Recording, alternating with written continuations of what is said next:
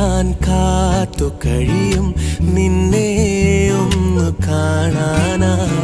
ദൂരെ ഇരുളിൽ മഞ്ഞു കനവിൽ എന്നെ തേടി